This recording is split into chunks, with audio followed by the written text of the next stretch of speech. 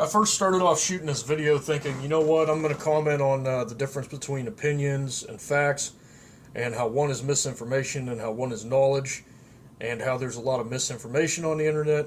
And I thought, you know what, I spent a lot of time looking that up, and there's all kinds of other resources that address this.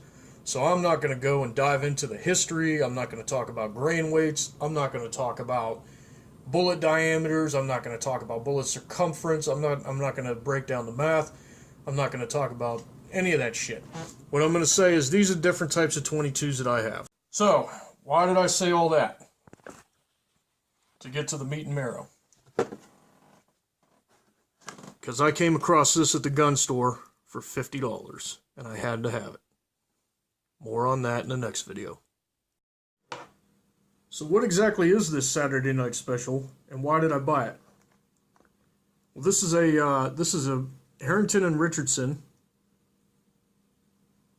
Young America double action in 22 Rimfire. And I bought it because it reminded me of a story that I read a long time ago in a Guns and Ammo. I can't remember what year I read it, but the story, it dated back to the 30s. And I just remember them talking about how what they would do is detectives would use these as backups by chambering a 22 long rifle and then filing it down to fit the profile of a 22 long so that you'd get a little extra powder in a flat bullet. So for short distances and self-defense, it would really pack a wall up and tear a person up. But anyways, I saw this laying in the case, and again, $50. I mean, I spend more than that on ammo. Any time I go to the range, I'm probably spending $50. But I saw that cylinder and I said, man, that's awfully short. It either fires a 22 short or, given its age, 22 long. So I had to have it. You'll notice a difference in those cylinders. Let me take this out, give you a better idea. So this is the North American Arms 22 long rifle. Having a little trouble with that. And it's a 5-round revolver, which you've seen in previous videos. And this is a 7-round 22 rimfire. Okay, so the difference in this, you're looking at about 1/4 of an inch difference, and the difference in a 22 long rifle and a 22 long is about half that, so it's about 1/1200ths of an inch. I put the 22 long rifle in, and I noticed that while it chambers, because it's the same diameter for the case and the bullet, it sticks out too far to allow free rotation of the cylinder. And the only thing I had on hand that was of similar size to a 22 short or a 22 long was this 22 Calibri. This is next to a 22 long. And it in fact does chamber. And it is short enough to allow free rotation. And it does fire through these. Now another thing you'll notice in contrast to this, so why would this be 1/4 inch longer than the chamber when the bullet is only 1/1200ths of an inch long? Well, the simple answer for that is cylinder gaps. Or not cylinder gaps, but rather forcing cones.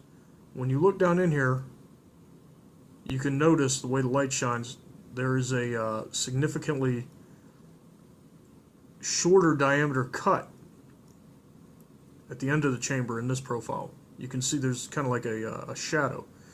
So the reason for that shorter diameter is that when the bullet skirt starts to expand under deflagration, that forcing cone shrinks it back down so that it can clear the cylinder gap and then enter the rifling. And each individual chamber on the 22 long rifle is cut for that purpose. Now when I look down on this one, there's no such forcing cone.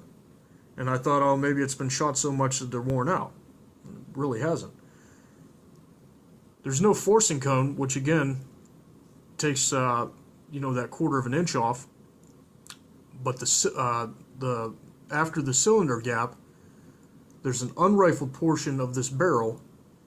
I don't know if you can see it from that angle, But anyways, there's an unrifled portion of this barrel that is a cone shape that when the bullet goes through, it squeezes it down so that it can catch the rifling. So it's kind of like having a fixed forcing cone at the breech of the barrel. Now another thing I noticed when I was playing with this before I bought it, goes together a little bit weird. Well, anyways, to carry on the story while I reassemble this, what I noticed when I was buying it was that the cylinder rotated freely, and it seemed like a flawed design because the cylinder didn't stop on a cylinder stop stud. These are the way they're cut. They're a different profile than what you see on a more modern cylinder. So this cylinder has a bevel to depress that stud, which you can see here, the spring-loaded stud. That cylinder rotates in this direction so that that bevel, you can hear it click, will depress that stud stop, and then that deep cut on the cylinder will allow it to spring back up and stop it in that notch. So that cylinder stop doesn't exist on this one in the same fashion, but it's there. You see the bevel and then the stop, but it's not as deep a cut. And I wondered, well, what would keep this from rotating? And I cocked back the hammer, and sure enough, it locks up in the battery because it raises, whereas this one is constantly up by spring tension. This one is raised when the hammer is cocked to stop and index that cylinder onto the barrel. Now it's a very smart design. I'm going to use a blank. Not that it would matter if I used a live round because I'm not at a public range. This is my house.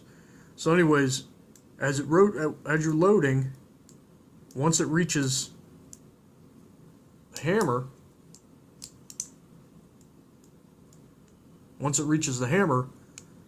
that brass stops, so your last round loaded won't fall into your pocket. See, I can't even get that in because it's stopped there.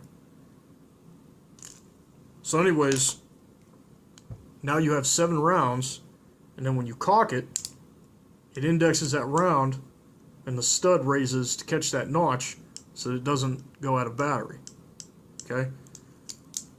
And then that forcing cone at the breech of the barrel allows the bullet to catch the rifling in an optimum position. So again, you're looking at 7 rounds,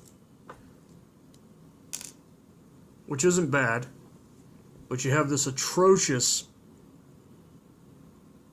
man, that's got to be at least 16, maybe 18 pounds for double action, and then you have maybe about 6.5 pounds of single action, but it's very, very short. Very short. Not a hair trigger, but I would say worthy as a self-defense pistol or a backup pistol. But anyways, I just wanted to clear up a little misinformation because everybody thinks it's 22 short. If it was a 22 short, the barrel would say 22 short. It's 22 rimfire. It'll fire 22 short, 22 calibri, 22 long, and a filed down 22 long rifle if you like that kind of flavor.